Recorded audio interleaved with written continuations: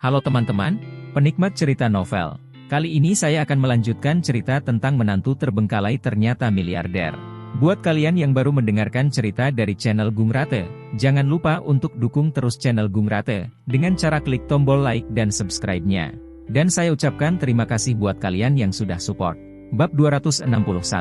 Ya, Mahardika Wibisana segera menelepon Jelita, tetapi Juwita Jayanti lah yang menjawab panggilan tersebut. Oh, Juwita Jayanti, ibu ingin bicara dengan Jelita, tolong segera berikan teleponnya pada Jelita. Sekarang, keluarga Wibisana telah kehilangan banyak mitra dan setidaknya beberapa miliar bisnis karena Jelita. Mahardika Wibisana telah mendapatkan kembali kepercayaan diri dalam menghadapi keluarga Juwita Jayanti.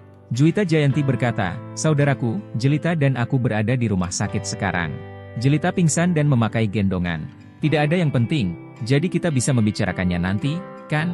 Mahardika Wibisana berkata dengan marah, tidak ada yang penting. Keluarga Wibisana kami akan bangkrut karena kerugian yang disebabkan oleh putri Anda.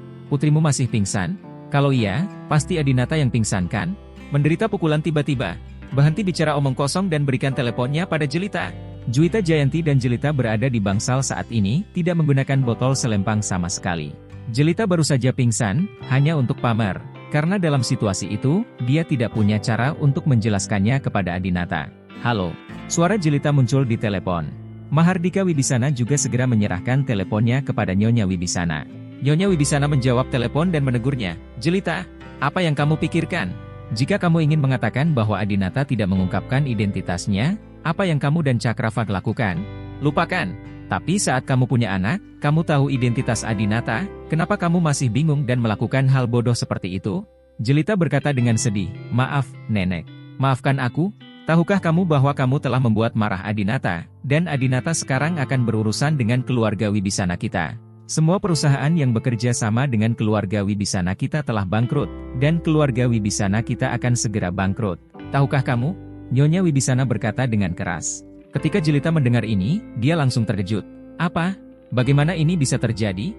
Jelita tidak menyangka bahwa Adinata, seorang wanita kaya senilai 20 miliar, dapat langsung mengembalikannya ke bentuk aslinya. Karena yang disebut 20 miliar aset keluarga Wibisana bukanlah uang tunai dan real estate.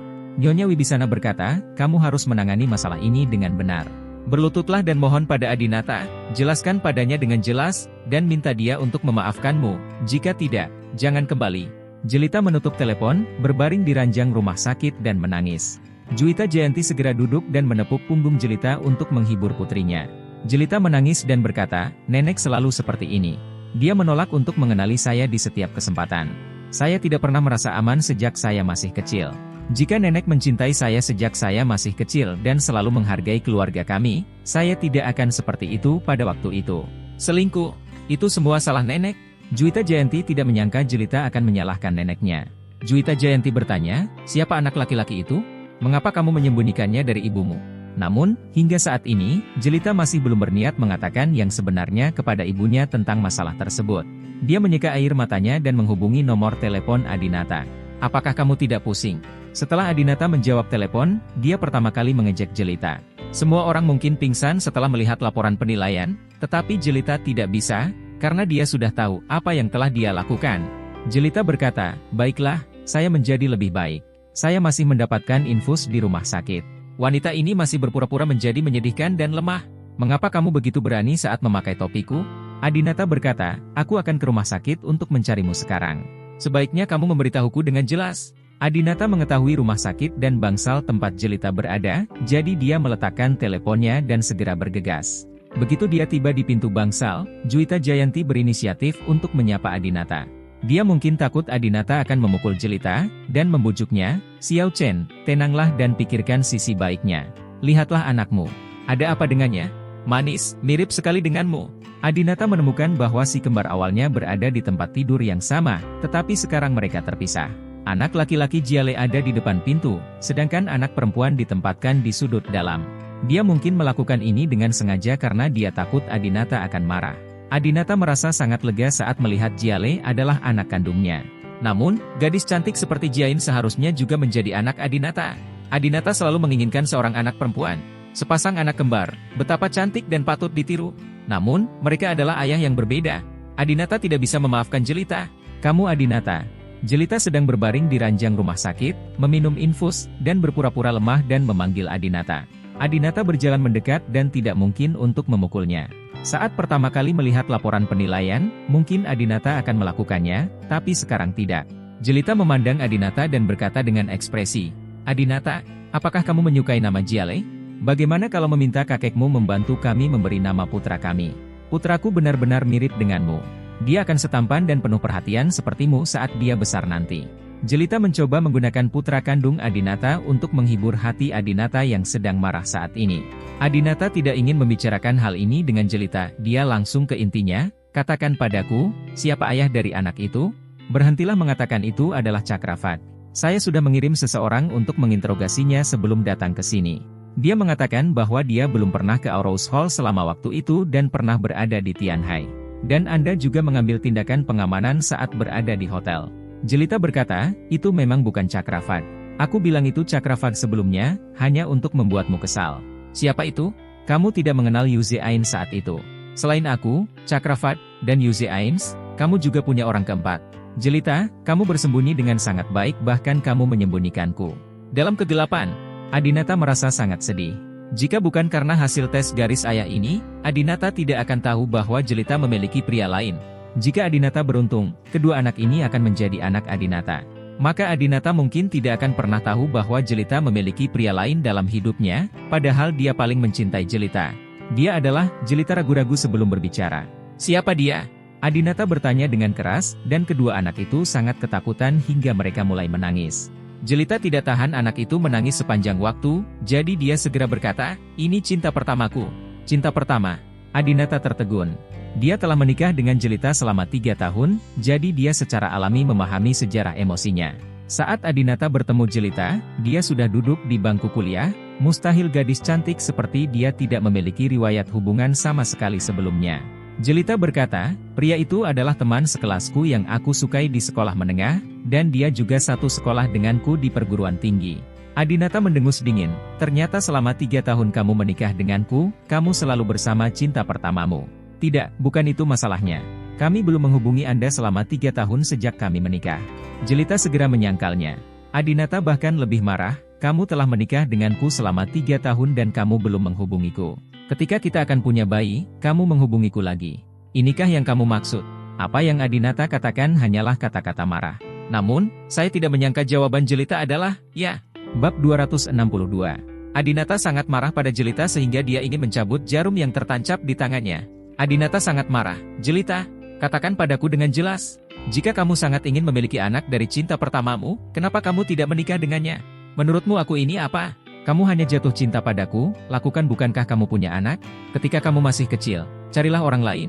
Jelita menundukkan kepalanya, terlihat sedikit malu, dan menjelaskan, "Adinata, aku tidak punya pilihan selain melakukannya.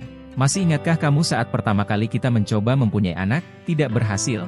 Adinata mengenang tahun lalu, dan memang benar mereka berdua tidak akan punya bayi sekaligus. Jelita hamil setelah mereka hidup bersama dalam waktu yang lama. "Ada apa?" Adinata bertanya. Jelita menjelaskan, "Saat itu, saya sangat ingin hamil anak keluarga Brahma Anda, tapi kemudian saya tidak pernah hamil, jadi saya sedikit cemas. Lalu suatu saat aku membicarakan hal ini dengan Hanastasong, dia bertanya apakah ada yang salah denganmu, itu sebabnya kamu tidak ingin punya anak." Adinata menepuk sandaran tangan ranjang rumah sakit dengan marah. "Hanastasong, dasar jalang, kaulah yang bermasalah." Adinata sangat marah. Jelita melanjutkan, "Kemudian Hanasta tiba-tiba teringat saat kamu mengatakan kamu memerlukan operasi. Kami berada di luar negeri dan tidak meminjamkan uang kepadamu. Kamu meminta bibiku untuk meminjam uang dan kemudian pergi ke rumah sakit untuk operasi. Kemudian Hanasta membawaku ke rumah sakit tempat kamu menjalani operasi dan memeriksa rekam medismu saat itu. Dokter mengatakan bahwa penyakitmu saat itu sangat istimewa. Belakangan diketahui bahwa penyakit itu tertular oleh seseorang yang pernah berada di medan perang. Dan kamu juga memberitahuku bahwa kamu pernah ke medan perang untuk berlatih. Dokter memberitahu saya bahwa Anda kemungkinan besar akan kehilangan kesuburan karena hal ini." Suara Jelita menjadi semakin kecil. Jelita benar tentang masalah ini. Adinata membuat Yuze Ains tidak subur dan mendapatkan obatnya di medan perang. Setelah Adinata terinfeksi, hal itu memang mempengaruhi kesuburannya, namun, Adinata kemudian sembuh. Adinata mencibir, "Jadi, kamu tahu aku tidak bisa punya anak, jadi kamu meminta bantuan orang lain?" kan? Haha, apakah kamu lupa bahwa aku sudah memberitahumu bahwa semua anak di keluarga Brahma kita akan menjalani tes garis ayah? Tentu saja. Jelita berkata, saya juga tidak ingin melakukan ini, tetapi Hanasta mengatakan bahwa jika kita tidak memiliki anak, bahkan jika saya menikah dengan Anda, saya pasti tidak akan mewarisi properti keluarga Brahma Anda. Hanasta membujukku untuk mencobanya. Aku bisa memalsukan hasil identifikasi setelah melahirkan anak itu. Kamu juga tahu bahwa aku selalu mendengarkannya dan aku mengandalkan bantuannya untuk mendapatkanmu kembali. Jadi, aku lakukan saja apa dia berkata. Mendengus. Adinata mencibir dan memandang Jelita, seorang wanita cerdas dan cantik dengan kedua tangan dan kaki. Dia benar-benar membiarkan orang luar membuat keputusan tentang masalah besar dalam hidup. Jelita, kamu menjalani kehidupan yang menyedihkan. Setelah mengetahui semua kebenarannya, Adinata tidak ingin mendengar lagi. Dia akhirnya bertanya, oke, sekarang aku hanya ingin tahu, siapa nama cinta pertamamu? Jelita mendengar bahwa Adinata ingin membalas dendam pada pria itu. Dia sangat ketakutan sehingga dia segera mencabut jarumnya sendiri, lalu turun dari tempat tidur dan memohon pada Adinata, Adinata, tolong jangan balas dendam padanya, oke? Masalah ini tidak ada hubungannya dengan dia.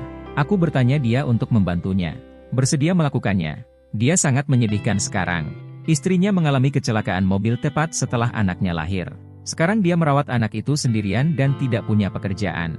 Jika kamu ingin membalas dendam padanya, dia pasti tidak akan bisa melawan, tapi karena dia sangat menyedihkan dan tidak benar-benar ingin memprovokasimu, bisakah kamu membiarkannya hidup? Jika kamu tidak menyukai anak Jain, aku bisa membuangnya, memberikannya, atau mengirimnya ke luar negeri untuk diadopsi.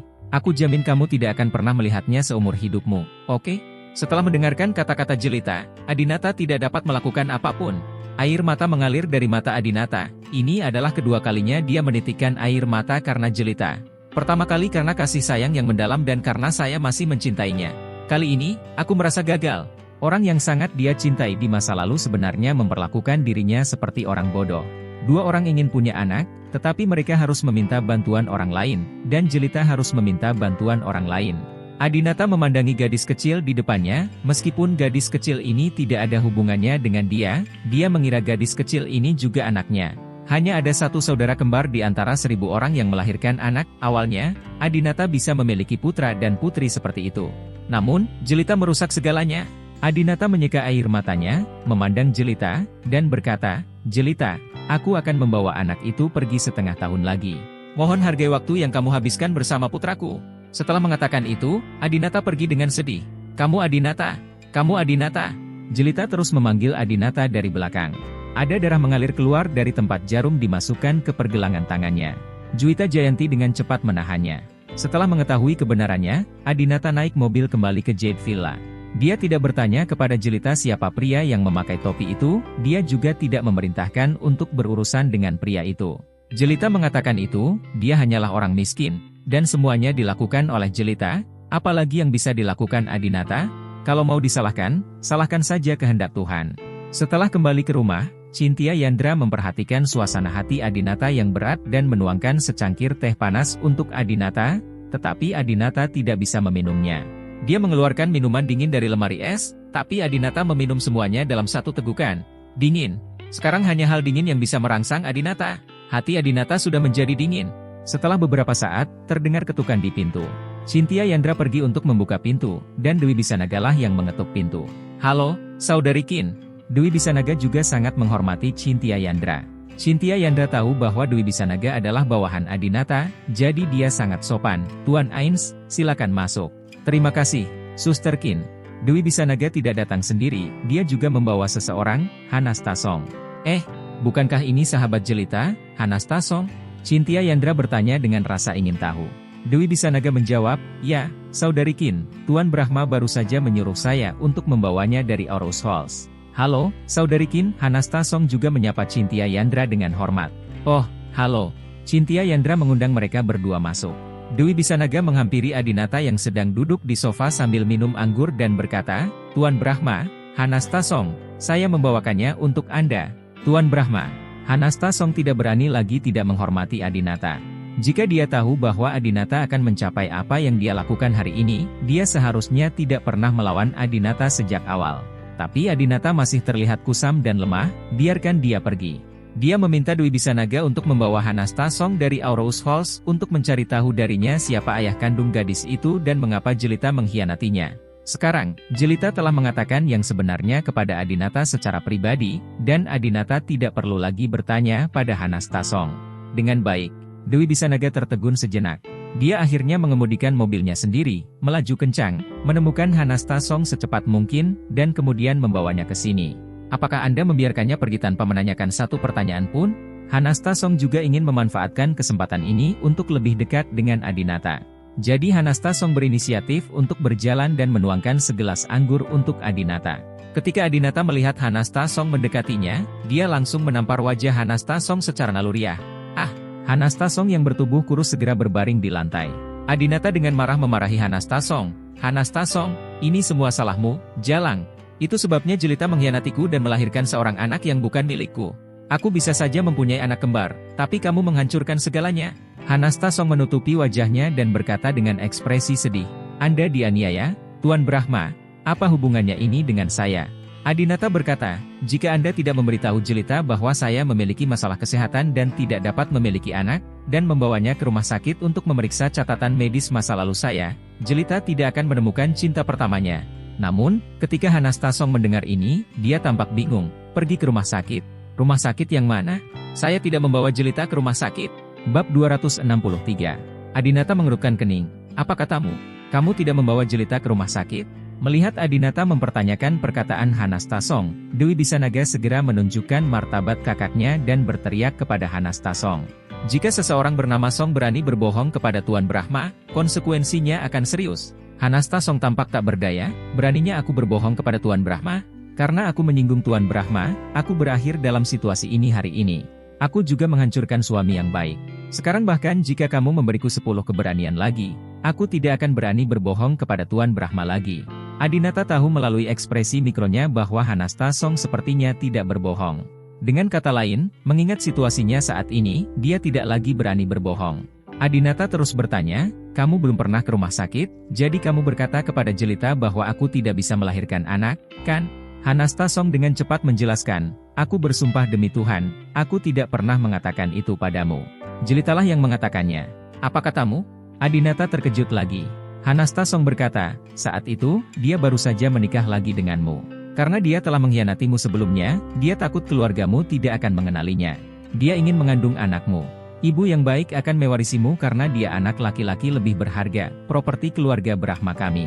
Namun, kamu sudah berada di ruangan yang sama selama beberapa waktu, dan dia belum mengetahui bahwa dia hamil. Dia sangat cemas. Dia berkata kepadaku beberapa kali, Hanasta, kenapa aku belum hamil? Apakah mungkin bahwa Adinata tidak bisa melakukannya? Aku tersenyum dan berkata, kenapa kamu terburu-buru? Tidak mungkin punya anak secepat itu. Selain itu, Adinata punya 10 bayi sekaligus. Dia dalam kondisi sangat baik, jadi pasti tidak akan ada masalah. Oh, aku ingat. Dia berinisiatif menyebutkan bahwa kamu telah menjalani operasi, dan dia mengajakku bersamanya. Tapi aku tidak punya waktu, jadi aku tidak menemaninya ke sana. Adinata tertegun untuk sesaat, dia tidak tahu siapa yang harus dipercaya. Dua wanita menceritakan dua versi berbeda, dan kedua wanita itu suka berbohong. Adinata tiba-tiba meletakkan gelas anggurnya. Dia tidak lagi lemah dan tanpa semangat juang seperti sebelumnya. Sebaliknya, dia tersenyum dan menguji Hanasta Song. Hanasta, kamu memang ahli berbohong. Kamu bahkan tidak mengubah ekspresimu saat berbohong. Aku mengagumimu. Hanasta Song memasang ekspresi tak berdaya di wajahnya. Tuan Brahma, kita sudah saling kenal tidak hanya 1 atau 2 hari, tapi juga selama 3 tahun. Apakah kamu masih tidak tahu orang seperti apa saya ini? Ya, aku seorang impomaniak. Aku ingin menggoda pria tampan saat aku melihatnya, tapi aku selalu menjadi wanita yang sangat berprinsip. Suatu kali, aku tidak sengaja bermain-main dengan sedikit daging segar dan mengandung anaknya. Aku dengan tegas membatalkannya. Aku tidak bisa membiarkan suamiku membesarkan anak untuk orang lain. Aku tidak bisa berbohong padanya seperti ini. Adinata mengangguk. Adinata juga tahu tentang masalah ini. Hanasta Song melanjutkan, Tuan Brahma, Anda selalu mengatakan bahwa saya bukan wanita yang baik. Izinkan saya bertanya, bagaimana saya memperlakukan Anda selama 3 tahun terakhir? Dalam 3 tahun sejak kamu menikah dengan keluarga Wibisana, ketika semua temanmu di Jelita menyindir dan menyindirmu, bagaimana aku bisa mengatakan sesuatu yang menghinamu? Adinata terdiam, melihat kembali 3 tahun terakhir, Hanasta Song bisa dikatakan sebagai wanita terbaik bagi Adinata. Teman-teman jelita yang lain tidak mau berbicara dengan Adinata ketika mereka melihatnya di mall atau dimanapun. Sekalipun aku mengenalnya, aku tidak akan menyapanya. Hanasta Song berbeda, dia selalu menyapa Adinata dengan proaktif dan gembira, serta sering mengajaknya makan dan minum. Adinata selalu mengira itu karena Hanasta Song penuh dan dia tampan. Tapi kalau dipikir-pikir, pria tampan seperti Hanasta Song seperti apa yang belum pernah kamu lihat atau tiduri? Dia juga suami dari saudara perempuan baiknya. Bahkan jika Hanasta Song mentraktirnya 100 kali makan, mustahil baginya untuk membuat kemajuan apapun bersamanya. Hal ini menunjukkan bahwa Hanasta Song memang memiliki karakter yang baik. Hanasta Song terus membela diri, kamu selalu bilang aku menyesatkan jelita, tapi, tahukah kamu? Ini pertama kalinya aku selingkuh dari suamiku. Maaf, suamiku, jelitalah yang memintaku untuk melakukan hal ini. Apa yang kamu bicarakan? Tidak mungkin. Jelita sangat polos saat itu. Tidak mungkin dia membiarkanmu melakukan hal seperti itu. Adinata tidak tahu kenapa, tapi dia sebenarnya membela jelita. Hanasta Song berkata, jelita tidak bersalah di permukaan. Faktanya, dia lebih kejam dariku. Dia lebih serakah dariku. Jika dia benar-benar sebaik itu dan aku benar-benar seburuk itu, dengan kondisinya, dia bisa punya banyak sekali teman, kenapa kamu harus jadi adikku? Seperti kata pepatah, jika jelita benar-benar tidak setuju dengan tindakan Hanasta Song, dia tidak akan bersaudara dengan Hanasta Song selama bertahun-tahun. Dengan kata lain, jelita dan Hanasta Song adalah spesies yang sama. Perbedaannya adalah jelita sangat cantik sehingga dia adalah dewi di hati semua anak laki-laki. Dia harus bertahan, dan dia hanya harus menunjukkan sisi cantiknya, sehingga anak laki-laki itu dapat terus berfantasi tentangnya dan terus menyukainya. Tapi Hanasta Song berbeda, dia berpenampilan biasa-biasa saja dan tidak banyak cowok yang menyukainya, jadi dia bisa mengungkapkan jati dirinya. Adinata duduk di sofa dan berpikir lama, dia merokok dan mengingat adegan dengan jelita di masa lalu.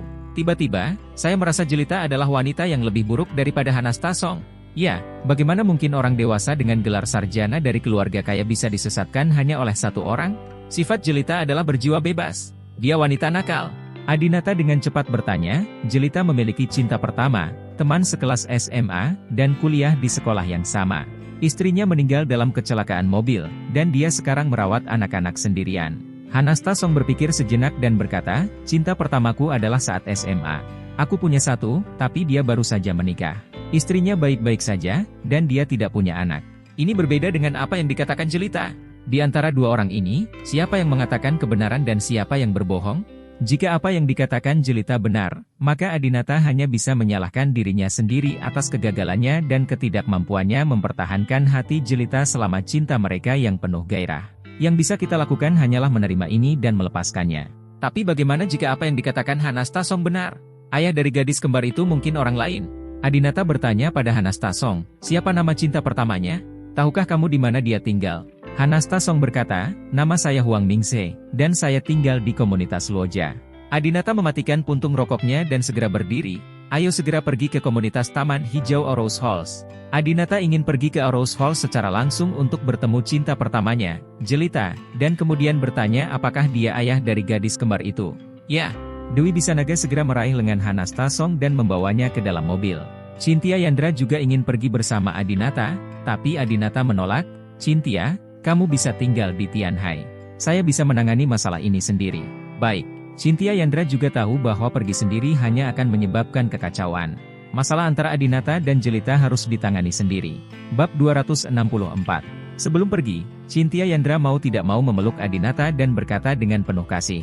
Suamiku, kamu bilang kamu sangat baik dan tidak pernah melakukan hal buruk dalam hidupmu. Mengapa Tuhan begitu tidak adil sampai menyiksamu seperti ini? Cynthia Yandra merasa sangat kasihan pada Adinata. Adinata dulu sangat mencintai jelita, tapi kegilaannya sangat menyakitkan. Namun, Adinata tidak menyalahkan Tuhan, tetapi menghela nafas, mungkin, ini semua adalah pembalasan. Pembalasan. Cynthia Yandra melepaskan Adinata dan menatapnya dengan ragu. Adinata berkata, Cynthia, sebenarnya aku tidak sebaik yang kamu kira. Aku juga telah melakukan hal-hal buruk. Aku juga telah melakukan hal-hal yang sangat jahat. Cynthia Yandra tidak dapat mempercayainya. Hal buruk apa yang telah kamu lakukan? Aku menyakiti seorang gadis. Adinata sedikit enggan mengingat masa lalu. Cynthia Yandra kemudian bertanya, bagaimana kamu menyakitinya? Siapa dia? Adinata menggelengkan kepalanya, maaf, Cynthia, saya tidak ingin menyebutkan masalah ini. Ini adalah noda besar dalam hidup saya. Aku pergi. Jaga dirimu baik-baik di rumah. Kini Adinata hanya ingin segera mengetahui siapa ayah kandung Jiayin dan apakah Jelita berbohong. Dia, Hanastasong, dan Dwi Bisanaga naik mobil yang sama dan bergegas ke Aurous Halls dengan cepat. Lebih dari 1 jam kemudian, Aurous Halls, komunitas Green Garden. Bang-bang. Di sebuah kediaman di komunitas, selalu ada ketukan di pintu. Siapa? Pemilik rumah tampak berhati-hati dan tidak membuka pintu sembarangan. Saya melihat seorang wanita yang sangat cantik dan modis mengetuk pintu. Halo annyeonghaseyo. Saya dari Beli Express. Begitu dia mendengar bahasa Korea standar ini, pemilik rumah segera membuka pintu dan melihat ke wanita cantik ini. Jadi kami memiliki kurir Korea di Aurous Halls. Karena rencana Adinata, sekarang ada gadis asing yang bekerja sebagai kurir di kota-kota besar tingkat pertama. Jadi semua orang sudah lama terbiasa. Namun, pada saat ini, Dwi Bisanaga tiba-tiba melompat dari tempat persembunyiannya, menendang pria itu ke dalam rumah, dan kemudian mendobrak masuk. Siapa kamu? Pria itu sangat panik, ia tidak pernah menyangka hal seperti mengantarkan kiriman ekspres atau pengecekan meteran air akan menimpa dirinya. Dwi Bisanaga meraih pria itu dan berkata, "Anak nakal, kamu sangat berani. Kamu berani menyentuh wanita Tuan Muda Brahma kami." Pria itu bingung, "Tuan Brahma?" Saat ini, Adinata juga masuk dan menutup pintu. Ketika pria itu melihat Adinata, dia langsung mengenalinya. "Adinata?" Dwi Bisanaga menampar wajahnya, "Anda benar-benar mengenal Tuan Brahma kami." Pria itu memandang Adinata dengan sangat polos. "Adinata, aku tidak punya permusuhan denganmu, mengapa kamu berurusan denganku?" Adinata melirik pria bernama Huang Mingze. Dia cukup tampan, dekorasi rumahnya juga bagus, dan latar belakang keluarganya tidak boleh buruk. Tak heran jika itu menjadi cinta pertama Jelita di sekolah menengah. Ketika Adinata melihat pria ini, dia merasa cemburu dan bermusuhan, tetapi Adinata tidak ingin membunuh orang yang tidak bersalah tanpa pandang bulu. Adinata berkata, "Apakah kamu Wang Mingze? Apakah kamu tidak tahu mengapa aku berurusan denganmu?" Adinata tidak ingin mengatakannya secara langsung dan ingin Huang Mingze menjelaskannya sendiri. Huang Mingze dijepit ke lantai oleh Dwi Bisanaga, tidak bisa bergerak. "Apakah hanya karena aku pernah menyukai Jelita? Apakah salah jika menyukai seseorang? Setiap anak laki-laki di sekolah kita menyukai Jelita." Dwi Bisanaga mendesak Huang Mingze dan berkata, "Saya tidak bertanya tentang masa lalu Anda, tetapi tentang masa kini. Apakah Anda masih memiliki kontak dengan Jelita? Pada bulan April tahun lalu, apakah Anda pergi ke Villa Taman Mawar Tuan Brahma?" Huang Mingze berkata dengan cepat, "Villa Rose Garden. Saya belum pernah ke sana. Pada bulan April tahun lalu, saya dan istri saya, yang saat itu masih menjadi pacar saya, pergi ke Eropa selama sebulan, dan saya tidak berada di negara itu pada saat itu. Semua." Adinata dengan hati-hati mengamati ekspresi Huang Mingze ketika dia berbicara dan bertanya, "Apakah ada bukti?" "Ya, saya bisa membuktikannya di ponsel saya, WeChat, dan Weibo." Jadi, Adinata meminta Dwi Bisanaga untuk melepaskan Huang Mingze, dan meminta Huang Mingze mengeluarkan ponselnya dan membuka momen dan Weibo tahun lalu, serta momen dan Weibo pacarnya pada saat itu. Ternyata saat itu dia dan pacarnya memang sedang berada di luar negeri. Dengan kata lain, Jelitalah yang berbohong. Dia sama sekali tidak meminta bantuan cinta pertamanya. Jelita, wanita ini, masih berbohong. Adinata sangat marah. Saat ini, Jelita masih berani menipu Adinata. Adinata tidak mempermalukan Huang Mingze lagi dan langsung pergi. Dwi Bisanaga membuang 10.000 yuan dan berkata kepada Huang Mingze, "Jangan ceritakan masalah hari ini kepada orang lain, jika tidak, Anda akan tahu konsekuensinya." Keduanya kembali ke mobil dari lantai atas. Dwi Bisanaga berkata, "Tuan Brahma, izinkan saya mengatakan sesuatu yang menyinggung. Meskipun Jelita adalah mantan istri Anda, saya pikir Jelita harus dihukum sedikit, sehingga dia bisa. Saya akan melakukannya lebih jujur." Jelita menipu Adinata lagi, dan bahkan Dwi Bisanaga tidak tahan lagi. Jika bukan karena Jelita adalah mantan istri Adinata, Dwi Bisanaga pasti sudah lama menculiknya dan membiarkan semua saudara laki-lakinya bermain dengannya, terlepas dari apakah dia berasal dari keluarga Wibisana atau betapa cantiknya dia. Adinata juga punya ide ini. Adinata berkata dengan tenang, "Hukuman terbaik untuk Jelita bukanlah memukulnya, tapi membuatnya kehilangan segalanya. Panggil Butler Leon. Saya ingin keluarga Wibisana bangkrut dalam waktu seminggu.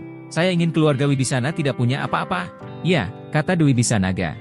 Adinata, juga, bagaimana kemajuan Yipin Jelita sekarang? Dwi Bisanaga berkata, "Konstruksinya hampir selesai. Pintu luar sudah selesai. Keempat karakternya adalah Yipin Jelita. Benar-benar mendominasi. Robekkan untukku." Adinata berkata dengan dingin. "Tianhai." Juwita Jayanti datang ke bangsal rumah sakit dengan panik dan berkata kepada Jelita, "Jelita, ini tidak baik. Sesuatu terjadi pada keluarga Wibisana kita sekarang." Banyak mitra yang melaporkan kami dan meminta kami membayar kompensasi. Sekarang nenekmu sekarat karena panik. Juga, perhiasan kelas 1 milikmu. Saat ini, Jelita sedang menggendong putra Adinata dan menggodanya. Ketika mendengar perkataan Juwita Jayanti, dia langsung bertanya dengan panik, ada apa dengan Yipin Jelita? Yipin Jelita adalah istana Jelita. Itu yang paling menyakitinya. Jelita selalu menganggap dirinya sebagai ratu, dan itu adalah istananya, tempat dia menunjukkan pesona dan statusnya. Dia tidak akan pernah membiarkan apapun terjadi di sana. Juwita Jayanti berkata, saya mendengar bahwa itu akan dibongkar, dan tim konstruksi telah pergi ke lokasi. Tidak, Jelita tidak bisa mengendalikan dirinya lagi. Dia memeluk anak itu dan berlari keluar. Saya ingin segera pergi ke Aurous Halls. Lebih dari 1 jam kemudian. Aurous Halls, area rumah pribadi Ipin Jelita. Desain pintu Ipin Jelita dikenal sebagai yang paling mewah, megah dan indah di antara semua pintu masuk rumah mewah di dunia. Itu juga dirancang oleh desainer asing yang diundang secara pribadi oleh Adinata untuk datang ke Aurous Halls dan dirancang oleh Jelita. Awalnya, 4 karakter, Yipin Jelita, telah selesai dibuat dan digantung di pintu. Namun saat ini, ketiga karakter, Yipin Jia, telah dihancurkan, dan Derek menghapus karakter keempat. Jangan dirobohkan. Hentikan. Hentikan. Sebuah mobil Audi tiba-tiba melaju, dan Jelita berlari dengan cepat. Bab 265. Jelita baru saja melahirkan dan tubuhnya belum pulih sepenuhnya. Namun, saat ini, dia berlari seperti pelari cepat, bergegas ke lokasi pembangunan. Jangan merobohkan pintuku. Tempat ini, Yipin Jiajui, dulunya sangat berarti bagi Jelita. Ini adalah istana ratunya, tempat sucinya untuk menguaskan kesombongannya. Dia tidak akan pernah membiarkan siapapun menghancurkan tempat ini.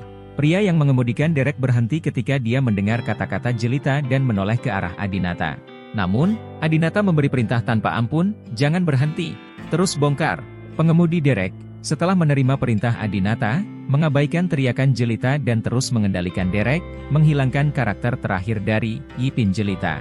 Ledakan, jatuh dari langit dan dengan cepat dipecah menjadi 2 bagian. Melihat pintu tempat yang dinamai menurut namanya hancur total, Jelita langsung pingsan dan jatuh ke tanah sambil menangis. Tidak, harta kelas 1ku, istanaku. Tidak, Jelita menangis. Adinata telah mengenal Jelita selama lebih dari 3 tahun dan belum pernah melihatnya menangis begitu keras. Bahkan sebelumnya, ketika Jelita berlutut dan memohon Adinata untuk memaafkannya, dia tidak pernah menangis memilukan seperti yang dia lakukan hari ini. Benar saja, wanita ini lebih mencintai Yipin Jelita daripada mencintai Adinata. Adinata memandang Jelita yang menangis dan tidak memiliki belas kasihan sama sekali. Situasi hari ini adalah kesalahan Jelita sendiri. Adinata tidak merasa kasihan padanya. Setelah menghilangkan kata Yipin Jelita, dia terus menginstruksikan pekerja konstruksi, segera mulai konstruksi untuk membangun kuburan. Mendengar kata-kata ini, Jelita langsung menatap Adinata dengan heran, segera bangkit dan berlari. Adinata, apa yang kamu bicarakan? Apakah kamu ingin membangun kuburan di sini? Adinata berkata, ya, saya telah membeli tanah ini. Tidak akan ada lagi rumah mewah di sini, tetapi akan menjadi kuburan. Tidak, tidak, tidak. Jelita kesakitan dan hampir pingsan. Adinata, kamu tidak bisa melakukan ini. Apakah kamu lupa? Ini bukti cinta kita. Nama Yipin Jelita, kamu mengambilnya untukku. Kamu juga memilih tempat ini. Bagaimana kamu bisa mengubah tempat yang melambangkan cinta kita menjadi kuburan? Adinata merasa ironis saat mendengar Jelita mengucapkan kata-kata ini. Dia tiba-tiba teringat video upacara pernikahan Jelita dan Yuzi Ains yang dikirimkan naraswara sebelumnya. Dalam video tersebut, Jelita terus mengatakan bahwa Yipin Jelita adalah sarang cintanya dan Yuzi Ains. Adinata berkata dengan dingin, bukankah ini sarang cintamu dan Yuzi Ains? Salah satu dari kalian adalah Yipin dan yang lainnya adalah Jelita. Di mana aku, Adinata, tidak ada hubungannya denganmu. Jelita tiba-tiba terkejut. Yipin adalah Yuzi Ains, dan Jelita adalah dirinya sendiri. Kata-kata inilah yang dia ucapkan saat menikah dengan Yuzi Ains. Tanpa diduga, Adinata juga mengetahui hal ini. Jelita segera berlutut dan meminta maaf kepada Adinata. Adinata, aku salah. Kelas 1 adalah kamu, bukan Yuzi Ains. Ini adalah sarang cinta kita dan tanah suci kita. Ini tidak ada hubungannya dengan orang lain. Adinata mendengus dingin, Jelita benar-benar mengatakan apa yang dia katakan di depan seseorang. Adinata berkata, Jelita, hanya karena ini adalah sarang cinta kita dan bukti bahwa aku pernah mencintaimu, aku akan menghancurkannya hari ini dan mengubahnya menjadi kuburan, karena aku sangat mencintaimu. Semua perasaanku ada telah dikuburkan, semuanya mati. Tidak, Jelita berlutut di depan Adinata sambil menangis dan menarik celana Adinata. Tidak, kamu masih mencintaiku, kamu harus tetap mencintaiku, aku wanita favoritmu, kamu tidak bisa melakukan ini padaku. Adinata, kamu tahu, Yipin Jelita adalah segalanya bagiku. Aku menganggapnya sama pentingnya dengan anak-anak kita. Tolong jangan terlalu kejam dan jangan sakiti anak-anakku, oke? Tidak apa-apa jika Jelita tidak menyebut anak itu, tetapi ketika dia menyebut anak itu, Adinata bahkan lebih kesal. Adinata berteriak kepada pekerja konstruksi, bekerja keras, saya ingin melihat kuburan pertama sebelum gelap. Saat Jelita mendengar apa yang dikatakan Adinata, dia menarik kaki Adinata lebih keras. Adinata benci Jelita mengganggunya seperti ini, tapi dia tidak ingin mengusirnya dengan keras. Bagaimanapun, Jelita baru saja melahirkan seorang putra untuknya, dan tubuhnya belum pulih. Benci untuk membenci, Adinata tidak akan menindas seorang ibu yang baru saja melahirkan seorang anak. Jadi, Adinata memerintahkan Dewi Bisanaga, bawa dia pergi. Ya, Dewi Bisanaga segera datang dari belakang Jelita, memeluknya dari belakang dengan kedua tangan, dan menariknya keluar dengan paksa. Dewi Bisanaga sangat kuat dan menarik Jelita keluar dalam satu gerakan. Namun, Jelita berteriak, "Ah!" Jelita memandang Dewi Bisanaga dengan sangat marah. "Beraninya kamu memanfaatkanku. Kamu budak kecil. Kamu benar-benar memanfaatkan mantan istri majikanmu di depan majikanmu. Beraninya kamu bersikap kasar padaku. Putraku adalah putra kandung majikanmu dan pasti akan mengambil alih keluarga Brahma di masa depan. Beraninya kamu bersikap kasar padaku." Dewi Bisanaga menjadi pucat karena ketakutan setelah mendengar apa yang dikatakan Jelita, dan dengan cepat menjelaskan kepada Adinata. "Tuan, saya tidak melakukannya. Saya hanya menggunakan sedikit tenaga saat menariknya, yang mungkin menyakitinya. Saya bersumpah saya tidak pernah memanfaatkannya." Adinata memandang Jelita dan berkata, "Dalam hatiku, kamu bukan lagi Jelita yang tidak bersalah. Akun, abaikan dia, lempar dia kembali ke mobil, jangan biarkan dia menggangguku di sini." "Ya." Dengan izin Adinata, Dewi Bisanaga berhenti berbicara omong kosong dan langsung menjemput Jelita dan berjalan ke mobil Audi miliknya. "Buka pintu Audimu, atau aku akan melemparkannya ke atap," Dewi Bisanaga berteriak. Jelita digendong oleh Dewi Bisanaga dan terus memukuli punggung Dewi Bisanaga, namun kekuatan kecilnya seperti menggaruk gatal pada Dewi Bisanaga. "Kenapa? Kenapa kamu begitu kejam padaku?" Jelita menangis. Dewi Bisanaga menggendong Jelita dan berkata, "Mengapa? Jelita, apakah kamu tidak tahu alasannya? Kamu menipu Tuan Muda Brahma berulang kali. Tuan Muda Brahma tidak memukulmu, dia sudah mentraktirmu. Itu sangat baik. Apa yang aku bohongi pada Adinata?" Jelita masih berpura-pura. Dewi Bisanaga berkata, "Berhentilah berpura-pura. Apakah menurutmu kami datang ke Arrows Halls hanya untuk membongkar Yipin Jelita MU? Kami pergi ke rumah cinta pertamamu. Nama cinta pertamamu adalah Huang Ningse, kan? Aku bilang istrinya baik-baik saja. Kenapa kamu bilang istrinya mengalami kecelakaan mobil?" Baru pada saat itulah Jelita mengetahui alasan sebenarnya. Apakah Adinata tahu? Pantas saja Adinata begitu marah, bersikeras untuk menghancurkan Jelita kelas 1 Jelita dan membangun kuburan di tempat yang paling dicintainya. Ternyata Adinata sudah mengetahui kalau penjelasan Jelita sebelumnya adalah kebohongan baginya. Jelita terdiam beberapa saat, lalu tiba-tiba menepuk punggung Dewi Bisanaga dengan keras dan berkata, "Cepat turunkan aku. Cepat turunkan aku." Dewi Bisanaga memarahi, "Jujurlah padaku. Kamu wanita kotor, Tuan Brahma sama sekali tidak peduli padamu sekarang. Jika kamu tidak jujur, aku akan bersikap kasar padamu." Namun, Jelita masih terus memukulinya dan berteriak kepada Adinata di kejauhan, "Adinata, apakah kamu tidak ingin tahu yang sebenarnya?" "Baiklah, aku akan mengatakan yang sebenarnya." Bab 266.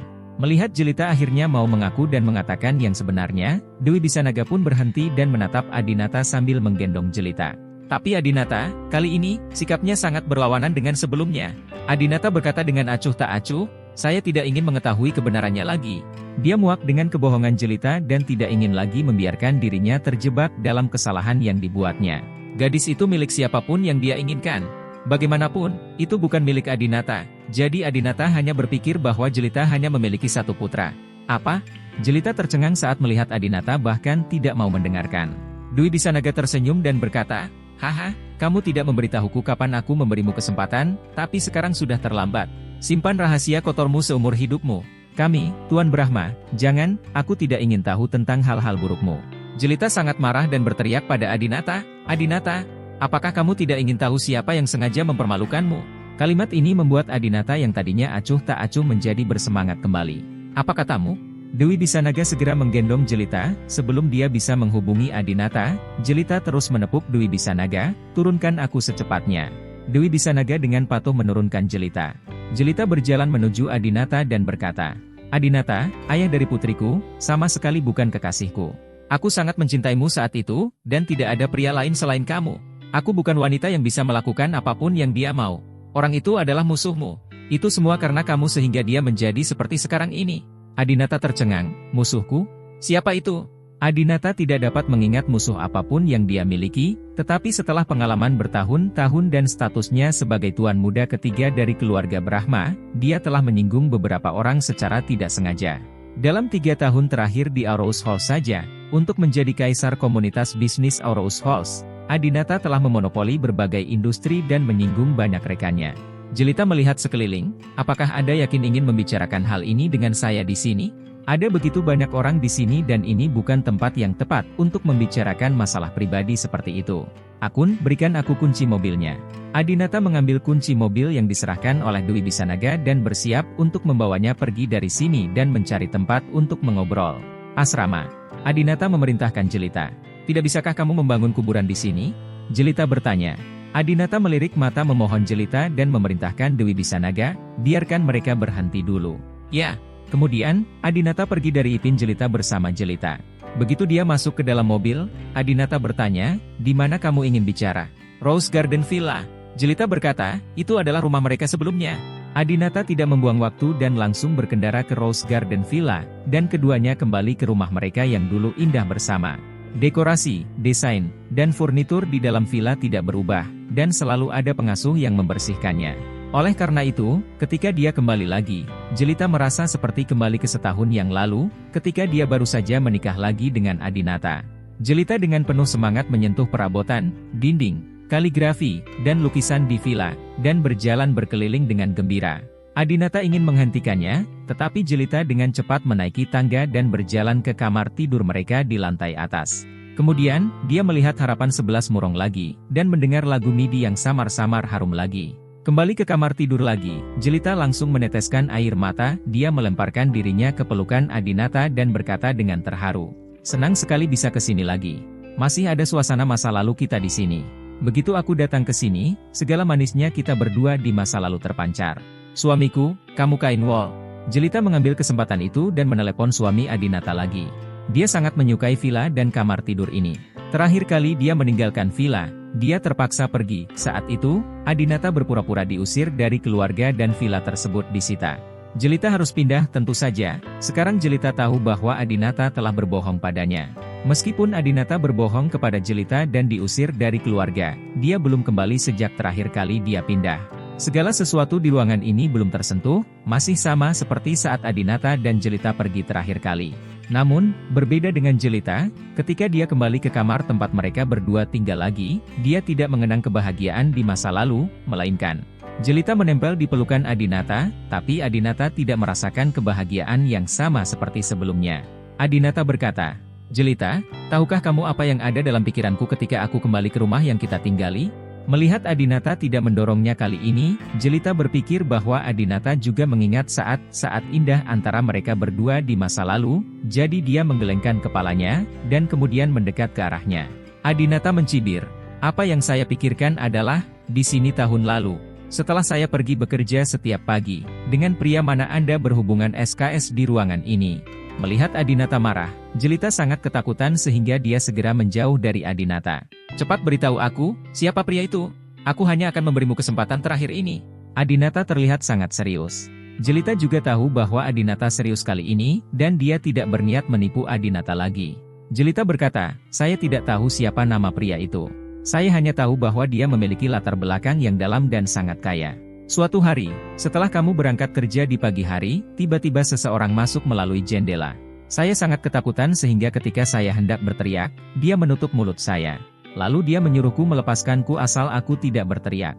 Menurutku dia tidak terlihat seperti pembunuh perampok atau semacamnya, jadi aku setuju untuk berbicara dengannya secara perlahan. Dia pertama kali menunjukkan kepada saya beberapa foto dan video, yang semuanya menunjukkan dia sedang makan dan bermain golf dengan beberapa selebriti dan pejabat.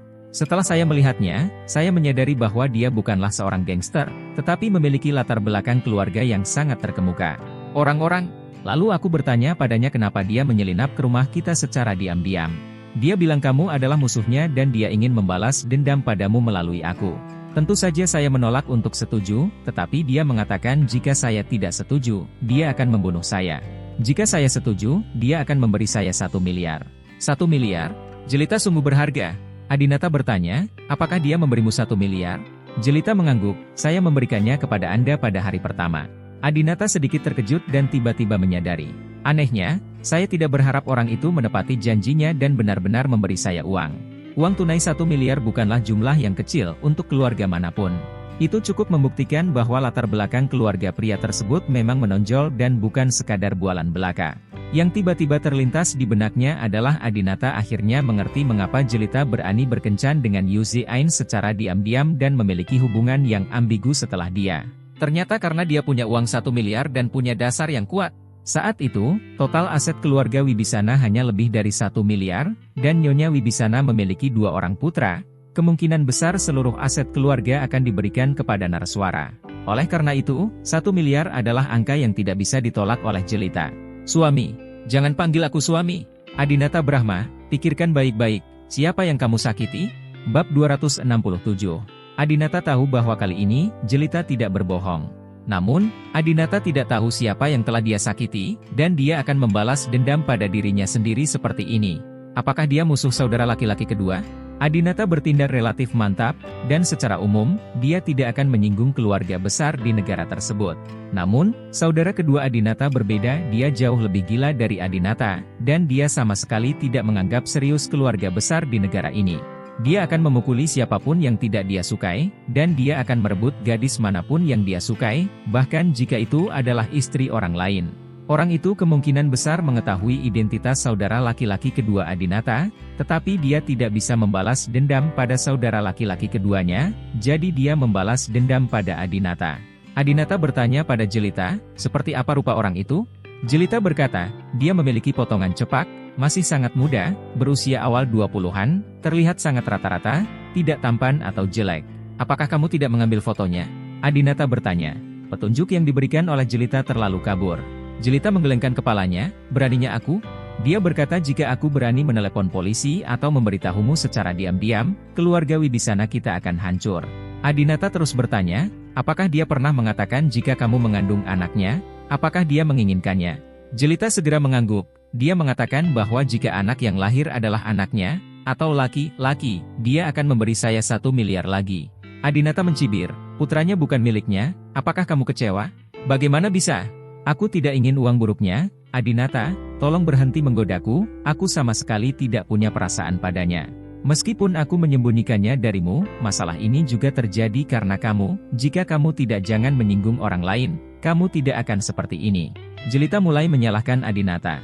Adinata, kita harus menemukan pria ini. Apakah kamu memiliki informasi kontaknya? Adinata bertanya. Jelita menggelengkan kepalanya, tidak, dia tidak meninggalkan apapun. Adinata merokok dan menganalisisnya dengan cermat. Tujuan orang ini adalah membalas dendam pada dirinya sendiri dan menertawakan leluconnya sendiri. Sama seperti orang yang melakukan kejahatan biasanya kembali ke TKP untuk melihat-lihat, orang tersebut pasti akan memperhatikan keadaan Jelita setelah dia melahirkan anak tersebut untuk melihat apakah anak tersebut adalah miliknya. Adinata menyimpulkan bahwa pria itu sedang dalam kegelapan sekarang. Anda boleh datang ke Jelita untuk meminta seorang anak kapan saja. Saat ini, hanya sedikit orang yang mengetahui siapa ayah kandung dari kedua bayi Jelita, dan orang luar tidak mungkin mengetahuinya. Saya yakin orang tersebut tidak mengetahui yang mana anaknya. Sepertinya pria itu sangat menyukai putranya. Adinata berpikir sejenak dan segera menelepon Profesor Guan dari Pusat Identifikasi Perguruan Tinggi Kedokteran Tianhai. Profesor Guan. Ah, Tuan Brahma, saya sangat senang menerima telepon Anda. Apakah Anda punya pertanyaan? Kata Profesor Guan. Adinata berkata, saya menelepon untuk menanyakan sesuatu. Jika seseorang bertanya kepada Anda tentang hasil identifikasi kedua anak Jelita, saya harap Anda tidak memberitahu orang itu. Profesor Guan tertawa dan berkata, Tuan Brahma terlalu khawatir. Saya pasti tidak akan memberitahu siapapun tentang hal semacam ini. Anda bahkan menelepon saya secara khusus. Anda benar-benar tidak cukup mempercayai saya, haha. Adinata melanjutkan, jika orang itu bersikeras untuk menanyai Anda, atau mengancam Anda dengan senjata, tolong beritahu dia bahwa di antara dua anak Jelita, anak laki-laki tersebut bukanlah anak kandung saya, tetapi anak perempuan adalah milik saya. Mentah.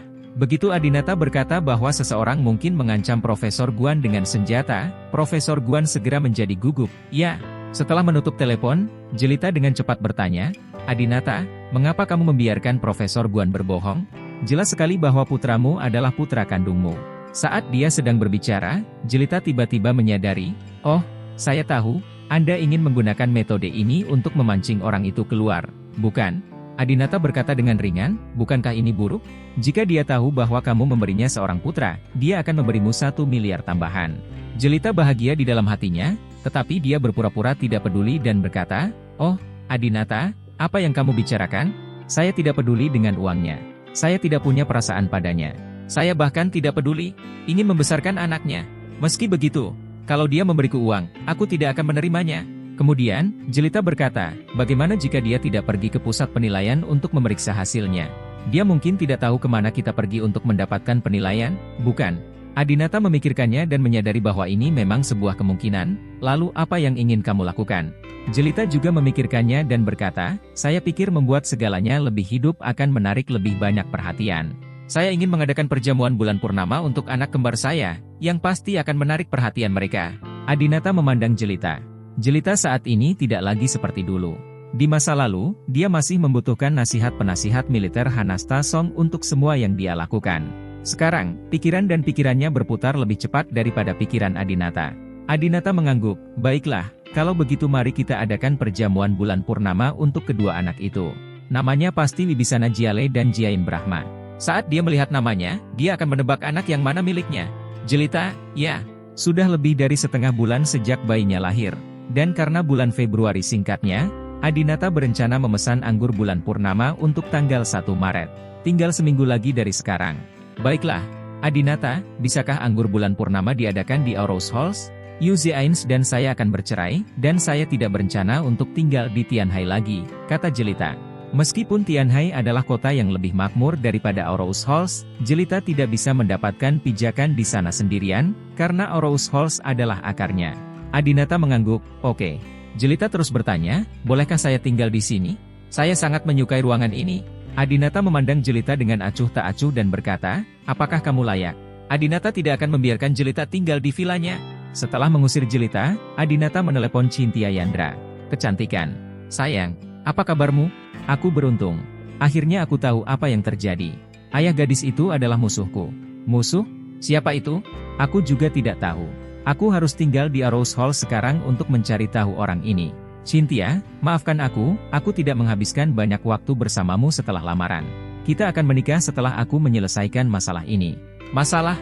Ya, jangan khawatir. Lagi pula, aku sudah lama menyadari bahwa kamu adalah suamiku. Hubungan kita sangat dalam, jadi tidak perlu bukti." Ngomong-ngomong, Edward Su meneleponku sebelumnya dan memintaku pergi ke pertemuan. "Pergi ke kota Shen dan katakan padanya secara langsung bahwa karena kamu tidak akan kembali baru-baru ini, apakah kamu keberatan jika aku pergi ke kota Shen sebentar lagi?" "Tidak, aku percaya padamu. Katakan saja pada lelaki tua itu dengan jelas dan minta dia berhenti mengganggumu. Katakan padanya bahwa tidak peduli apakah itu uang, kelembutan atau cinta, dia tidak bisa dibandingkan denganmu. Biarkan aku menghentikan dia dari berpikir terlalu banyak." "Iya, kata-kata ini akan aku sampaikan dengan sempurna. Haha, aku sayang kamu suami." Bab 268. Adinata menginap di Rose Garden Villa malam ini, dan setiap sudut di sini sepertinya penuh dengan kenangan Adinata dan Jelita. Adegan cinta dan perkelahian di masa lalu terlintas di depan mata Adinata seperti adegan film. "Tahun lalu, saya tidak pernah membayangkan bahwa ketika saya kembali tahun ini, saya akan berada dalam situasi seperti ini." Adinata mengambil sebotol anggur putih dari lemari anggur, meminta pengasuhnya membuatkan beberapa hidangan untuk menemani anggur, dan minum sendiri di ruang tamu. Karena masalah anak-anak, Adinata sibuk dengan pikirannya dan menjadi mabuk setelah hanya beberapa minuman. Ketika dia bangun pada jam 9 keesokan harinya, Adinata menemukan bahwa dia sedang tidur di kamar tempat dia dan Jelita tinggal sebelumnya. Adinata segera bangkit dari tempat tidur, menampar dirinya sendiri seolah-olah jijik, dan memanggil pengasuh itu dengan marah. "Tante." Pengasuhnya masih sama dengan pengasuh sebelumnya, dia sudah lama tinggal di sini dan membersihkan kamar setiap hari. Adinata kembali untuk menginap kemarin, dan dia bersemangat untuk waktu yang lama. Ketika dia mendengar seseorang memanggilnya, dia dengan gembira naik ke atas dan bertanya sambil tersenyum, "Guru, ada apa?" Adinata berkata, "Mengapa kamu membantuku ke kamar ini? Bukankah aku sudah bilang bahwa aku tidak akan tinggal di kamar ini lagi?" Pengasuhnya berkata, "Tuan, saya tidak membantu Anda datang ke sini. Anda sendiri yang bersikeras untuk tidur di sini." Dengan baik. Adinata tidak menyangka setelah dia mabuk, dia akan kembali ke kamar ini dengan linglung. Benar saja, ruangan ini masih menyimpan terlalu banyak rasa cinta Adinata pada Jelita. Sayangnya, kini, dia tidak bisa lagi melihat langsung ke ruangan ini. Begitu dia memasuki ruangan ini, tanpa sadar dia akan membayangkan adegan di benaknya tentang Jelita yang mengkhianatinya dengan pria asing seharga 1 miliar. Pada saat ini, pengasuhnya tiba-tiba berkata, "Tuan, wanita muda kedua dari keluarga Wibisana ingin bertemu dengan Anda. Dia telah menunggu di luar selama 3 jam. Apakah Anda ingin bertemu dengannya?" Wanita muda kedua dari keluarga Wibisana? Maktika. Adinata baru saja kembali ke Aurous Halls, tapi dia tidak menyangka Maktika akan datang ke sini begitu cepat. Sejujurnya, kesan Adinata terhadap Maktika di kemudian hari cukup bagus. Gadis kecil ini lebih polos dan konyol daripada Jelita. Terlebih lagi, jika bukan karena dia, Adinata tidak akan menceraikan Jelita dengan lancar. Adinata berhutang budi padanya. Biarkan dia masuk. Biarkan dia menungguku di ruang tamu dulu. Aku akan mencuci muka dan turun. Baik, guru. Adinata pergi untuk mandi dan menemukan bahwa pembersih wajah dan pasta gigi sama dengan yang dibelikan Jelita untuknya, itu tidak berguna, jadi dia membilasnya dan selesai mencuci. Lalu, Adinata perlahan turun ke bawah. Pada saat ini, seorang wanita modis yang bermartabat dan cantik mengenakan sweater turtleneck berwarna terang, rok musim dingin berwarna gelap, dan sepatu bot hak tinggi hitam sedang duduk di ruang tamu sambil minum teh. Adinata memandang wanita cantik dan anggun ini dan tertegun sejenak. Ketika wanita cantik itu melihat Adinata, dia meletakkan cangkir tehnya karena terkejut dan dengan cepat berlari ke arah Adinata. "Saudara Adinata." Wanita cantik itu langsung melompat ke pelukan Adinata. Adinata memandang wanita cantik di depannya dan bertanya dengan tidak percaya, "Maktika?" "Ya." Maktika mengangguk senang. Adinata kaget karena penampilan Maktika berubah. Dia menjadi cantik. "Apakah kamu menjalani operasi plastik?" Adinata bertanya terus terang. Maktika juga mengakui dengan murah hati, "Ya, saya membuat sedikit penyesuaian." "Bukankah ini indah? Bagaimana jika dibandingkan dengan Sister Jelita? Kami tidak bertemu satu sama lain hanya selama beberapa bulan, tetapi saya tidak menyangka bahwa ketika kami bertemu lagi, Maktika telah berubah menjadi seorang wanita. Maktika memang menjadi jauh lebih cantik." Sebelumnya, Maktika hanya memiliki sosok yang bagus dan wajah yang rata-rata. Namun ia memiliki dasar yang bagus. Setelah operasi plastik mikro, seluruh wajahnya menjadi lebih 3 dimensi. Namun, melihat Maktika menjalani operasi plastik, Adinata tiba-tiba teringat mimpinya. Dalam mimpi aneh itu, Maktika menjalani operasi plastik, dan dia hampir terlihat seperti sekarang. Dia menjadi sangat cantik, dengan sosok dan wajah yang tiada tara. Selain itu, dalam mimpi itu, Hanastasong dan suaminya berkumpul kembali. Yang lebih menakutkan lagi adalah dalam mimpi itu, Adinata dan Jelita mengenakan gaun pengantin dan melangsungkan pernikahan. Keduanya bersama lagi. Awalnya Adinata menganggap mimpi itu konyol, namun kini, salah satu adegan dalam mimpi itu menjadi kenyataan. Apakah ini berarti Jelita dan aku tidak mungkin memiliki masa depan bersama? Ini sama sekali tidak mungkin. Jelita telah mengkhianatiku 3 kali. Bahkan jika aku mati sendirian, aku tidak akan pernah menikahinya lagi. Adinata diam-diam berkata di dalam hatinya. Melihat Adinata sedikit terganggu, Maktika bertanya lagi, "Saudara Adinata, tolong evaluasi saya. Apakah saya cantik sekarang?" Adinata dengan cepat memuji, "Kamu sangat cantik. Sebenarnya, kamu awalnya cukup cantik. Mengapa kamu ingin menjalani operasi plastik?" Maktika pada awalnya tidak jelek, dia sudah sangat tampan, tapi dia tidak bisa dibandingkan dengan Jelita. Dia sudah jauh lebih baik daripada gadis biasa. Selain itu, sosoknya yang tak terkalahkan sudah cukup menjadi pujaan hati di sekolah. Maktika berkata, "Karena kamu, aku melakukan operasi plastik untukmu." "Untukku?" Adinata bingung. Maktika berkata dengan genit, "Apakah kamu lupa? Aku berakting denganmu, dan saudari Jelita menceraikanmu. Jelas disepakati bahwa kamu akan bersamaku setelah perceraian. Siapa yang tahu bahwa kamu benar-benar akan bersama Qin si cantik bersama. Cynthia Yandra jauh lebih tua dariku. Jika kamu memilih dia daripada aku, kamu pasti berpikir bahwa aku tidak secantik dia. Oleh karena itu, aku memutuskan untuk menjalani operasi plastik, bahkan lebih baik daripada Sister Jiajuo dan Cynthia Yandra."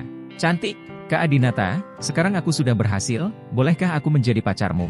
Adinata sangat malu. Adinata memang agak terobsesi dengan penampilan dalam memilih pasangan. Namun, penampilan Maktika sebelumnya juga memenuhi standar. Alasan mengapa Adinata tidak memilih Maktika tidak ada hubungannya dengan penampilannya. Adinata tidak bisa menahan diri untuk tidak membelai rambut Maktika dan berkata, "Maktika, aku selalu menganggapmu sebagai saudara perempuanku, dan aku punya pacar sekarang, dan Cynthia serta aku akan segera menikah. Terima kasih atas cintamu padaku." Kamu lebih baik dari kakakmu. Jika aku tahu Jelita akan membuatku sangat kesakitan, aku tidak akan pernah mengatur keluarga kami untuk menikah. Setelah mendengar apa yang Adinata katakan, Maktika tergerak dan melemparkan dirinya ke pelukan Adinata dan berteriak, "Saudara Adinata." Adinata menepuk Maktika dan berkata sambil tersenyum, "Kamu belum sarapan? Sarapan di sini sebelum berangkat." Maktika, "Ya." Setelah beberapa saat, pengasuh itu membuatkan sarapan berlimpah untuk mereka berdua. Maktika makan sebentar dan berkata, "Saudara Adinata, sebenarnya saya datang ke sini hari ini untuk melakukan satu hal lagi. Nenek memintaku untuk memohon padamu, tidak bisakah kamu membunuh seluruh keluarga Wibisana kami? Jika kami kehilangan pelanggan kami sebelumnya, kami akan bangkrut?" Adinata menghela nafas dan berkata, "Maaf, Maktika, tidak ada yang bisa saya lakukan mengenai masalah ini. Jelita melakukan sesuatu yang membuatku menyesal, dan aku harus memberinya hukuman yang setimpal." Maktika sangat tidak senang, Jelita benar-benar melakukan kesalahan dan menyebabkan kerugian bagi seluruh keluarga kami. Adinata berkata, "Meskipun keluarga Wibisana Anda akan segera menurun, Anda tidak perlu terlalu khawatir. Selesaikan saja studi Anda dan pelajari jurusan Anda dengan baik. Ketika Anda lulus, saya akan membantu Anda dengan apapun yang ingin Anda lakukan." Terima kasih, Saudara Adinata Brahma. Maktika berkata dengan gembira. Maktika dengan senang hati mengambil beberapa gigitan dan tiba-tiba bertanya, "Saudara Adinata, mengapa kamu kembali tinggal di sini? Apakah kamu ingin menunggu dan melihat? Menunggu kelinci? Apa maksudmu? Siapa kelinci itu?" Adinata bertanya dengan bingung. Maktika berkata, "Kekasih Jelita, ayah gadis kecil itu. Apakah menurutmu dia akan kembali ke sini lagi?" Bab 269. Adinata tidak memiliki pemikiran seperti Maktika, tetapi dia penasaran mengapa Maktika memiliki pemikiran seperti itu. Adinata bertanya, "Menurutmu mengapa pria itu akan datang ke sini lagi?" Maktika juga berkata terus terang, "Kamu sudah familiar dengan jalan raya. Dia pasti sering datang ke sini saat kamu tidak di rumah. Dia pasti tahu cara masuk komunitas dan cara membuka jendela. Bukankah dia lebih percaya diri ketika dia datang lagi?" Adinata merasa analisis Maktika sangat masuk akal. Jika dia ingin memancing pria itu ke umpan, ini mungkin bukan tempat terbaik. Seperti kata pepatah, tempat paling berbahaya adalah tempat teraman, dan dia pasti akan berpikir demikian. Adinata telah mengirim seseorang untuk memeriksa pengawasan di sini, tetapi sudah terlalu banyak waktu berlalu, sekarang dia ingin memeriksa video pengawasan dari 10 bulan yang lalu, tetapi tidak mungkin lagi karena video tersebut sudah lama diliput. Menurut Dewi Bisanaga, semua penjaga keamanan dan penjaga pintu villa di sini telah diganti pada paruh pertama tahun lalu. Mungkin akan sulit menemukan orang ini melalui cara biasa. Setelah mengirim Maktika pergi, Adinata segera menelepon Jelita. "Adinata, hei, Jelita, kamu di mana?" "Jelita, saya datang ke Tianhai. Saya baru saja menyelesaikan prosedur perceraian dengan Yu Zeains. Itu benar-benar pelit. Dia awalnya berjanji memberi saya 30 juta, tetapi dia kembali melakukannya lagi. Dalam 10 bulan aku menikah dengannya, dia belum memberiku sepeser pun." Adinata merasa sangat senang saat mendengar suara marah Jelita. "Inilah nasib yang pantas Anda, Jelita, terima. Menikahlah dengan pria kaya dan tampan, nikahi Yu Zeains, pria dari keluarga miliarder, selingkuh dariku, hianati aku, apa yang kamu dapatkan hari ini? Layak mendapatkannya." Jelita berkata dengan sedikit air mata, "Jika aku tahu, aku tidak akan menceraikanmu. Karena Yu Zeains berbohong kepadaku dengan kata-kata manis tahun lalu, aku tertipu." Adinata tidak ingin mendengar apa yang dikatakan Jelita dan berkata, "Kapan kamu akan kembali ke Aarhus Halls?" Jelita berkata, "Saya akan kembali sekarang. Saya tidak ingin datang ke kota Tianhai yang rusak ini lagi." Adinata berkata, "Apakah kamu tidak ingin tinggal di Taman Mawar? Ketika kamu kembali, bawalah anak-anakmu untuk tinggal di sini." Jelita tiba-tiba menjadi bersemangat, "Ah, benarkah? Kamu setuju aku tinggal bersamamu? Terima kasih, Adinata, aku tahu kamu masih mencintaiku. Mulai hari ini, aku bersumpah, selama sisa hidupku aku hanya mencintai kamu dan aku tidak akan pernah melakukannya lagi." Melihat ekspresi bersemangat Jelita, Adinata dengan cepat berkata, "Kamu salah paham, aku tidak tinggal bersamamu, aku akan tinggal di tempat lain, kamu bisa tinggal di sini sendirian." Oh, Jelita sangat senang meskipun Adinata tidak tinggal bersamanya. Karena setelah kejadian itu, Adinata tetap membiarkannya tinggal di rumahnya, yang menunjukkan bahwa masih ada kemungkinan bagi mereka berdua untuk menebus diri. Namun, Jelita mengabaikan semua ini. Alasan mengapa Adinata membiarkan Jelita tinggal kembali di Rose Garden Villa adalah karena dia ingin menggunakan Jelita untuk memancing pria itu keluar. Dan Adinata punya firasat bahwa pria itu pasti akan muncul. Seminggu berlalu, dan tak lama kemudian tanggal 1 Maret tiba. Pukul 11 pagi, Aarhus Halls. Hotel Marriott, hotel yang sama tempat Nyonya Wibisana merayakan ulang tahunnya yang ke-80 tahun lalu. Hari ini, keluarga Wibisana mengadakan perjamuan lagi di sini, dan perjamuan tersebut adalah anggur bulan purnama untuk anak kembar jelita. Wibisana Jiahao menghabiskan banyak uang untuk memesan hotel ini. Seluruh hotel, lobi, lantai atas, dan bawah adalah milik keluarga Wibisana, dan tidak akan ada pemalas. Namun, pemandangan hari ini sangat berbeda dengan pemandangan di pesta ulang tahun Nyonya Wibisana tahun lalu. Tahun lalu, Nyonya Wibisana merayakan ulang tahunnya yang ke-80, dan itu sangat meriah. Pengusaha lokal terkenal di Aurous Halls datang untuk merayakannya. Semua meja sudah penuh. Ditambah dengan fakta bahwa Adinata telah bercerai, itu sangat hidup. Tapi hari ini, pemandangannya sangat sepi. Kecuali 2 meja dengan kerabat keluarga Wibisana, semua meja lainnya kosong dan tidak ada yang datang. Nyonya Wibisana hanya bisa menghela nafas. Hei, kapan pesta pernikahan keluarga Wibisana kita begitu sepi? Jika lelaki tua itu melihatnya, dia pasti akan mati sambil meringis. Jelita, bagaimana kamu pantas menerima kerja keras kakekmu? Jelita menggendong anak Adinata dan melihat ke arah anak lain di kereta dorong. Mendengar keluhan Nyonya Wibisana, dia membalas. Nenek, bisakah nenek berhenti menyalahkanku? Saat aku menikah dengan keluarga Ains dan membantu keluarga tersebut meningkatkan asetnya hingga hampir 20 miliar, bukankah nenek selalu memujiku karena telah menikah denganku, kan? Jika kamu mengatakan kamu buta, maka seluruh keluarga kita buta. Kita semua tidak tahu bagaimana menghargai Adinata. Pada saat ini, Paman Mahardika Wibisana di samping berkata dengan marah, kamu bajingan. Bagaimana kamu bisa berbicara dengan nenek? Menurutmu siapa yang buta? Maktika dan Nareswara kita sudah lama melihat bahwa Adinata luar biasa. Jadi dengan mereka hubungan kita sangat bagus. Kemarin, mereka bertiga berkumpul untuk memainkan permainan 3 lawan 3. Maktika berkata, ya, asisten Yao yang saya mainkan selalu dekat dengan karakter permainan saudara Adinata. Kami telah memenangkan beberapa pertandingan berturut-turut. Jelita tidak bisa menahan senyum, benarkah? Kami memiliki hubungan yang sangat baik, tapi maaf, saya melahirkan seorang putra untuk Adinata. Satu kalimat membuat Maktika tidak bisa tertawa lagi. Pada saat ini, sesosok tubuh tiba-tiba masuk.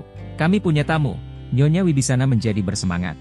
Kini, keluarga Wibisana berada di ambang kebangkrutan. Seluruh proyek mereka terhenti, bahkan gaji karyawannya pun tidak dapat dibayarkan. Situasinya sangat suram, sehingga saat mereka mengadakan pesta bulan purnama ini, tidak ada yang mau datang. Terlihat sangat familiar.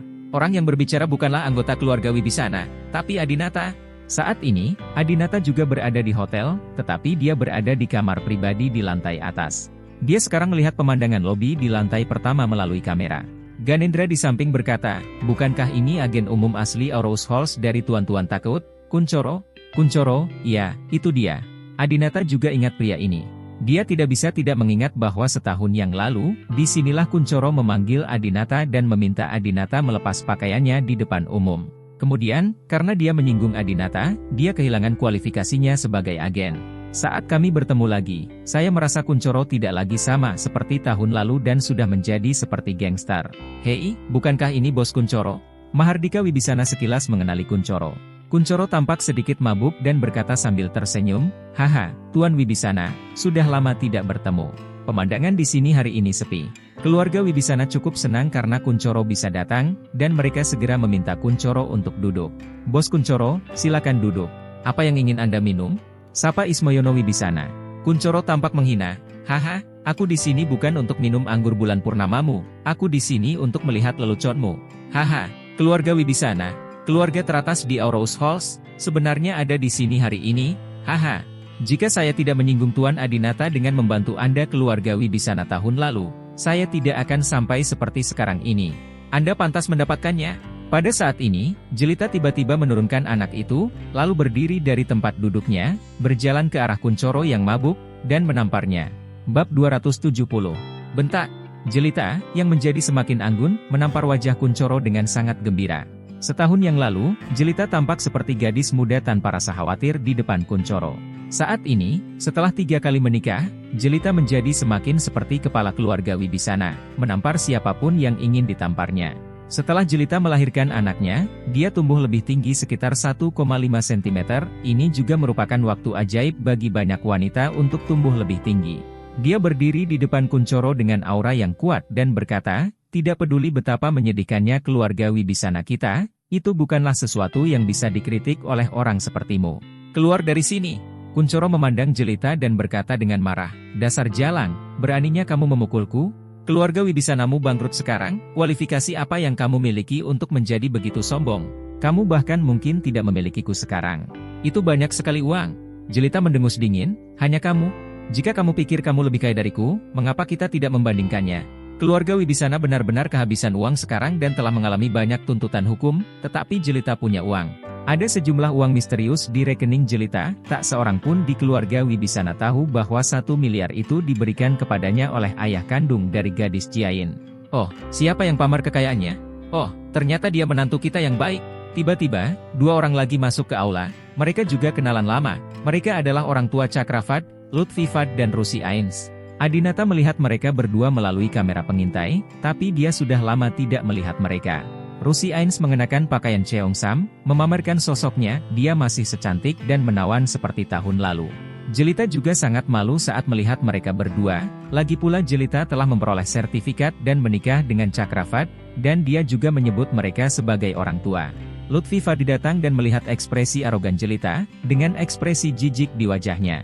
"Jelita, keluarga Wibisanamu sedang dalam kondisi terpuruk sekarang, kenapa kamu masih begitu sombong?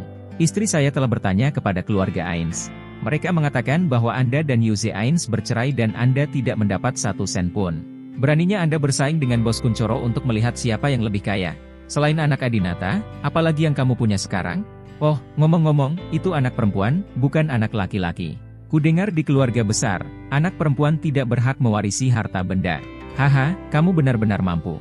Sekalipun kamu melahirkan anak kembar, kamu akan memiliki ayah yang berbeda. Untung kami, Chakravat, tidak bersamamu." Tampaknya Lutfi Fad dan Rusi Ains, seperti Kuncoro, juga datang untuk mengejek keluarga Wibisana. Sebelumnya, Jelita dan Chakravat menikah di pesta pernikahan tersebut. Jelita berkata di depan semua orang bahwa Chakravat tidak ingin menikah dengannya dan melemparkan dirinya ke pelukan Adinata. Ini membuat keluarga Fad kehilangan muka. Terlebih lagi, justru karena Jelita keluarga Fad berubah dari keluarga kelas 1 di Auraus House menjadi keluarga kelas 3. Ketika Jelita melihat mereka berdua, dia tidak berani terlalu sombong karena ketidakadilan tersebut, dan berkata, "Paman Fad, Bibilio, karena kedua keluarga kami tidak memiliki hubungan lagi, putra dan putri saya tidak diundang untuk anggur bulan purnama. Tolong, kenapa kamu harus datang?" Lutfi Fad berkata dengan marah, "Kami di sini bukan untuk minum anggur bulan purnama anakmu. Kami di sini untuk mencari Adinata." Adinata, yang sedang duduk di lantai atas, tertegun sejenak ketika mendengar kalimat ini. "Mencari Adinata? Mengapa kamu mencari mantan suamiku?" tanya Jelita. Lutfi Fah berkata dengan emosional, "Putraku sudah lama tidak berhubungan. Aku ingin bertanya pada Adinata apakah putraku Chakravat dibunuh oleh Adinata. Jika dia membunuh putraku, aku akan melawannya sekuat tenaga." Jelita mengerutkan kening dan berkata, "Jika putramu tidak dapat dihubungi, apa hubungannya dengan mantan suamiku? Bahkan jika sesuatu terjadi pada putramu, apakah kamu memiliki kemampuan untuk melawan mantan suamiku? Kamu melebih-lebihkan kemampuanmu sendiri." Rusi Ains berkata dengan cepat, "Jelita, kami tidak pernah berpikir untuk menghadapi Tuan Brahma, dan kami tahu bahwa kami tidak bisa melakukannya. Kami hanya ingin bertanya kepada Tuan Brahma apakah dia mengetahui keberadaan putra saya. Sejujurnya, Cakra baru saja menjadi seorang ayah. Dia memiliki seorang putra dan putri. Anak itu baru berusia 2 bulan. Kami ingin menyampaikan kabar baik kepadanya." Mendengar hal tersebut, Adinata sedikit terkejut karena Chakravat menjadi seorang ayah. Di dalam ruangan, Ganendra sedikit bingung. "Tidak, bukankah Chakravat dikebiri oleh kita?" Dwi Bisanaga berkata, "Apakah kamu tidak mendengar apa yang dikatakan Ibu Chakravat? Anaknya lahir 2 bulan lalu, lebih awal dari anak Tuan Brahma. Dia mungkin dikandung sebelum itu."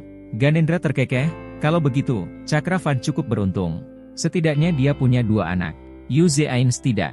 Haha, aku tidak bisa punya anak lagi dalam hidup ini." Adinata memandang Rusi Ains melalui video pengawasan, dan tidak bisa tidak memikirkan lagu yang dia nyanyikan untuknya sepanjang malam itu. Sejak saat itu, Adinata tahu bahwa wanita ini pemberani dan banyak akal, tidak sederhana. Fakta bahwa Chakravat punya anak mungkin adalah pengaturan Rusi Ains. Adinata berkata kepada Dwi Bisanaga, "Akun, ketika kamu mengatakan kamu menangkap Chakravat terakhir kali, dia berada di Thailand. Apa yang dia lakukan di sana?" Dwi Bisanaga berkata, "Sepertinya dia berencana untuk mengubah jenis kelaminnya dan tinggal di sana." "Hahaha, benarkah?" Ganendra tertawa. Adinata berkata, "Telepon Chakravat lagi dan katakan padanya bahwa dia adalah seorang ayah dan memiliki 2 anak."